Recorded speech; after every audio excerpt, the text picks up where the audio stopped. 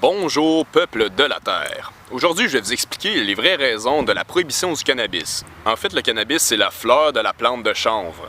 La femelle, bien sûr, et cette plante-là a beaucoup d'autres usages que de la fumée. En fait, pratiquement toute l'économie des États-Unis était basée sur le chanvre avant.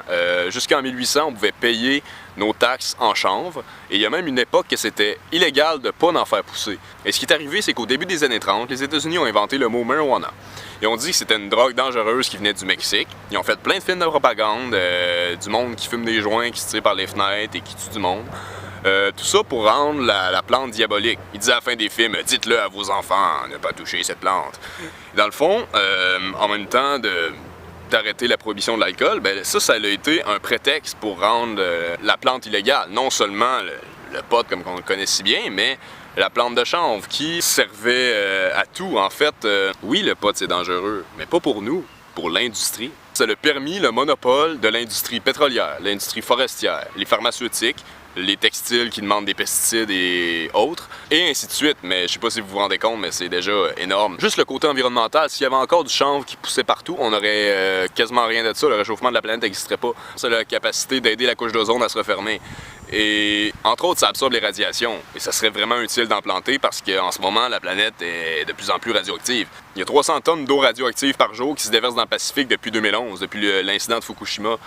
Et ça continue encore et encore.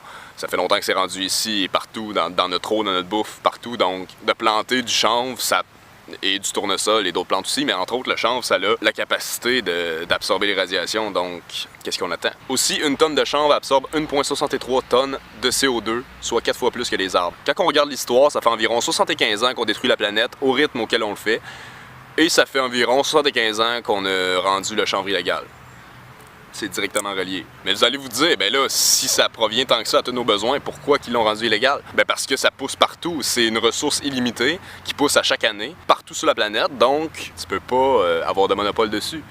C'est impossible de faire du profit dessus parce que c'est une ressource abondante, illimitée et disponible à tous et à toutes. C'est beaucoup moins contrôlable que le pétrole, les arbres, les pilules prescrites et tout ça. Industrie pétrolière. On peut tout remplacer les produits de l'industrie pétrolière, en fait. On peut faire non seulement du biodiesel, mais aussi avec la résine, on peut faire du bioplastique, du plastique biodégradable.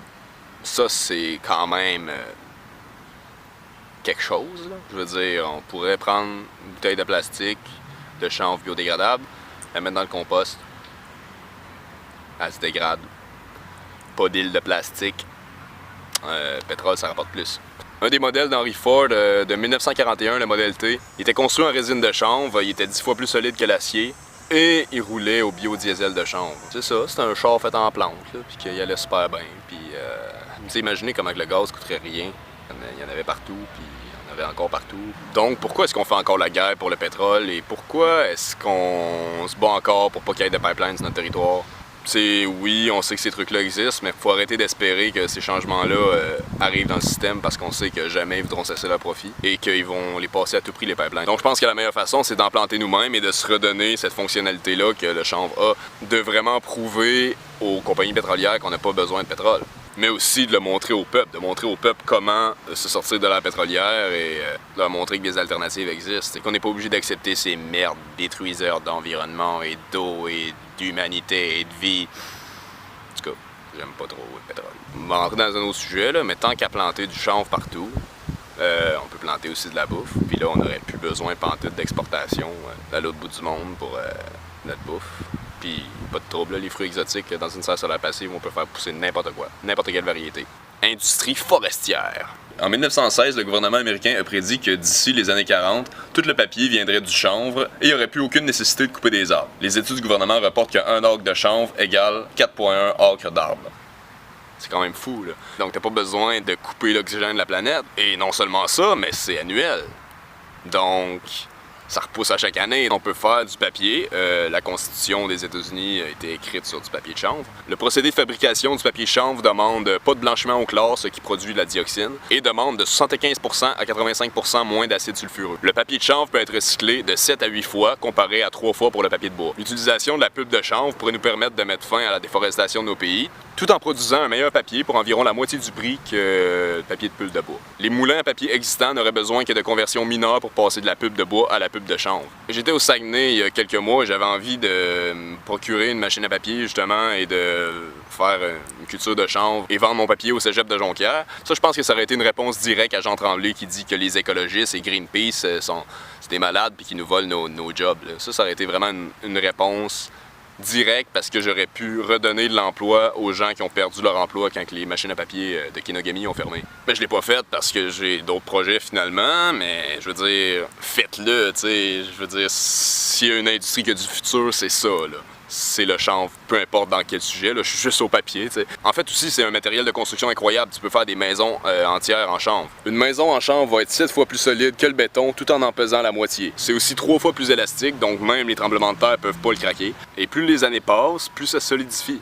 C'est auto-isolant, donc l'hiver il va faire chaud, l'été il va faire frais. C'est résistant à la pourriture, aux insectes, aux fungus, à la moisissure, aux rongeurs. C'est ininflammable et c'est résistant à l'humidité. Les murs ils respirent, donc t'as l'air de l'extérieur à la place d'avoir l'air de l'intérieur, l'humidité, tout ça. Non, ça circule. Il existe encore des maisons de chanvre qui sont construites depuis des centaines d'années.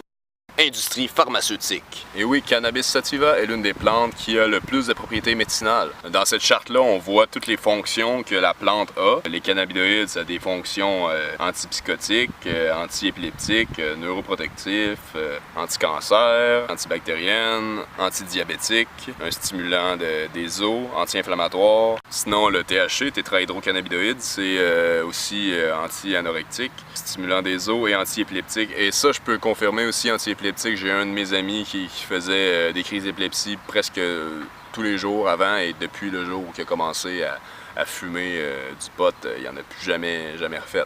Et bien sûr, la façon correcte d'avoir les bienfaits médicinaux, c'est pas de le fumer, c'est de soit le vaporiser ou de le manger ou d'extraire l'huile et de la consommer directement.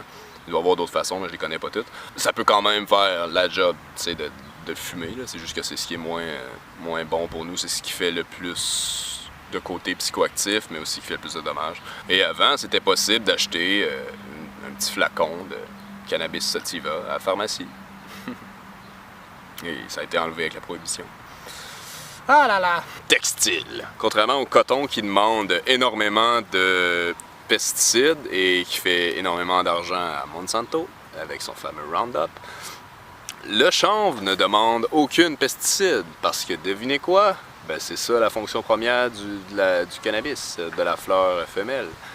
C'est un insecticide naturel. Et quand les insectes en mangent, ils trippent pas.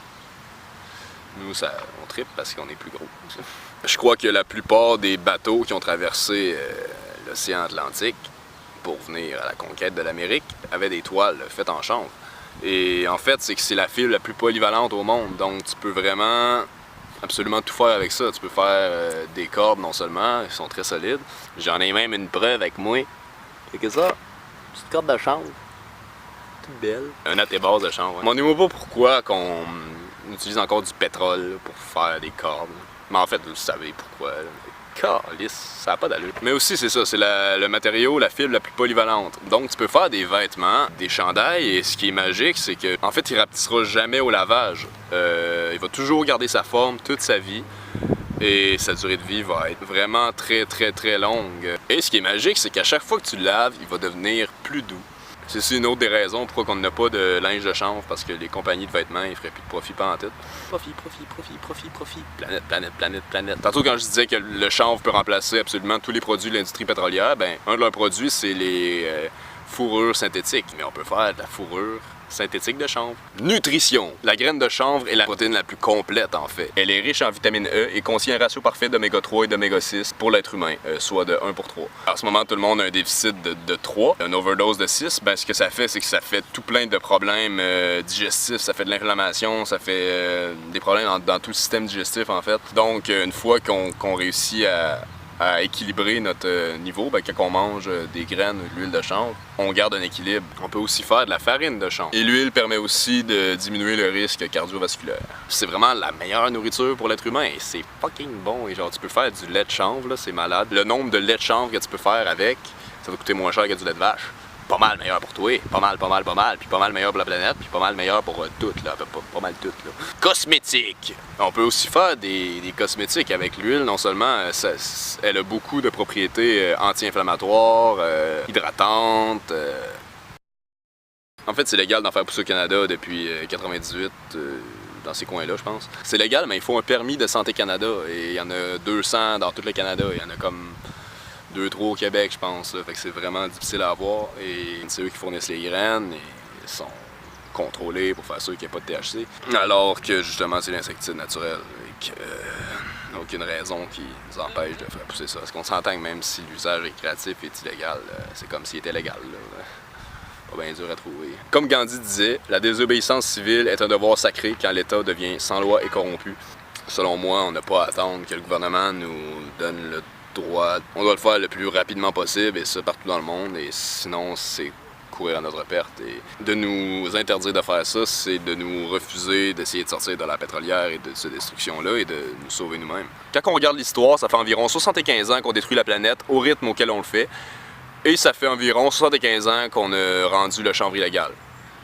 C'est directement relié. Faut faire le lien, là.